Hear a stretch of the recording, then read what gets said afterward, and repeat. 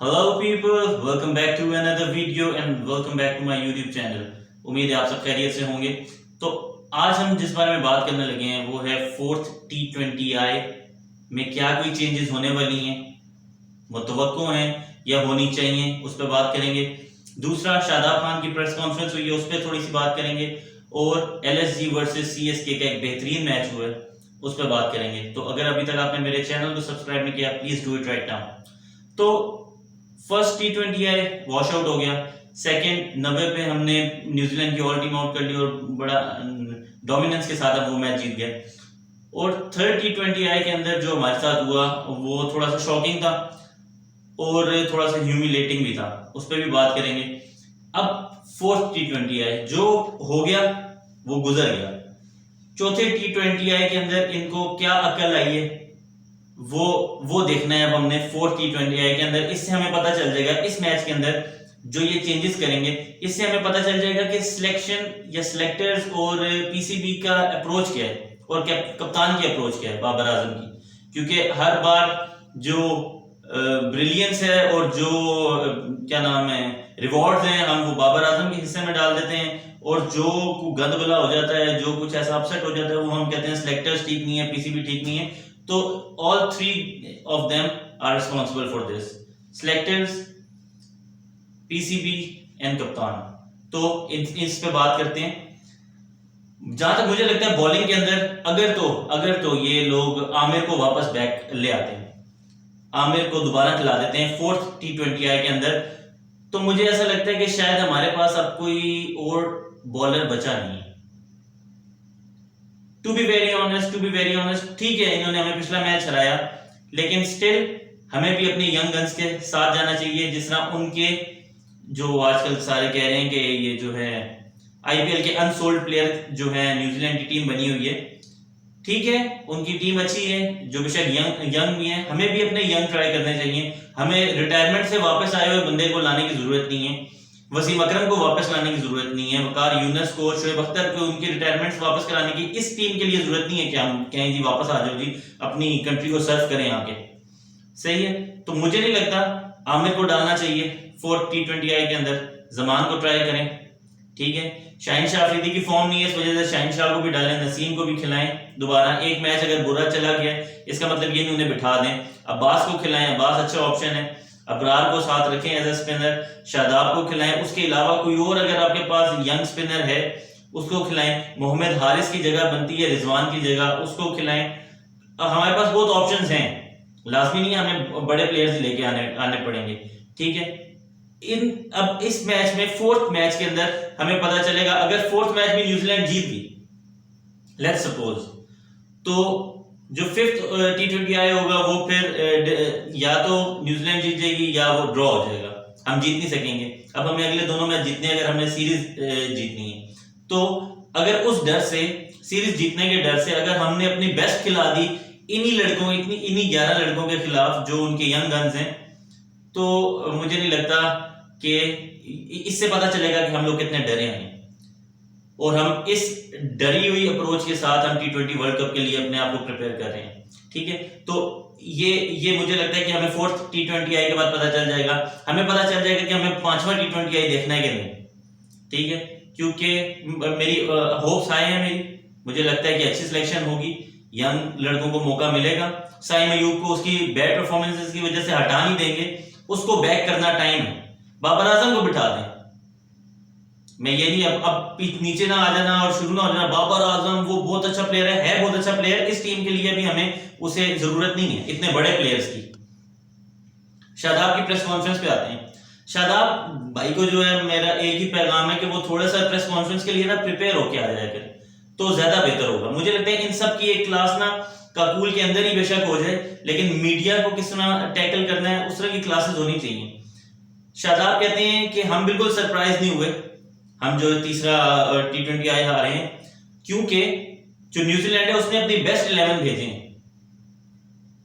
अब ये एक बात कर दी उन्होंने, उसके बाद कहते हैं देखिए उनके डोमेस्टिक की लाइनअप में जिन्होंने आगे कंट्री रिप्रेजेंट करनी है वो ये 11 थे, तो भाई आप भी डोमेस्टिक की लाइनअप से 11 लड़के ले आते ना जिन्होंने पाकिस्तान को आगे रिप्रेजेंट करना है। आपके तो सारे लेजेंड्स खेल रहे हैं, कोई अपने आप को किंग बाबर कहलाता है, तो कोई अपने आप को जो है शेडी कहलाता है, तो कोई मैडी कहलाता है, तो कोई डैडी कहलाता है। ये सब बुजुर्ग जो सारे हैं वो खेल रहे हैं उन 11 बच्चों के साथ और कह रहे हैं हम शॉक्ड नहीं है कि हम हार गए।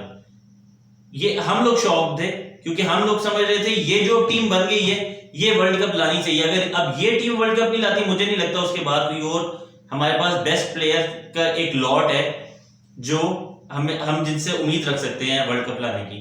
तो शादाब खान की मुझे ये बात बिल्कुल समझ नहीं आई कि अगर वो डोमेस्टिक की उस लाइनअप के 11 प्लेयर्स खिला रहे हैं जिनसे उन्हें उम्मीद है कि आगे जाके उन्होंने कंट्री रिप्रेजेंट करनी है, तो आप भी 11 अपने आपका क्या डोमेस्टिक फारग है? आपके डोमेस्टिक के अंदर प्लेयर्स नहीं है?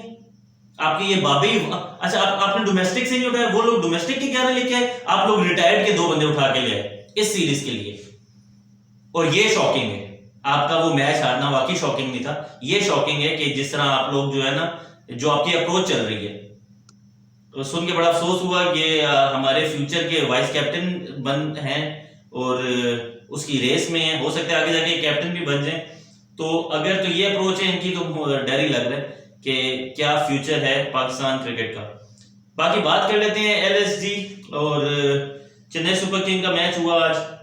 ऋतुराज गायकवाड़ ने बहुत ही बेहतरीन 100 बनाई पहले बारी करते हुए सीएसके की तरफ से, लेकिन जो ब्लिस्टरिंग परफॉर्मेंस की स्टोइनिस ने, जो 124 रन उसने मार दिए, उसने जो है गायकवाड़ की इनिंग को ओवरशैडो कर दिया, बिल्कुल ही खत्म कर दिया। उसने मैच वो कहते हैं ना तय लगा दी।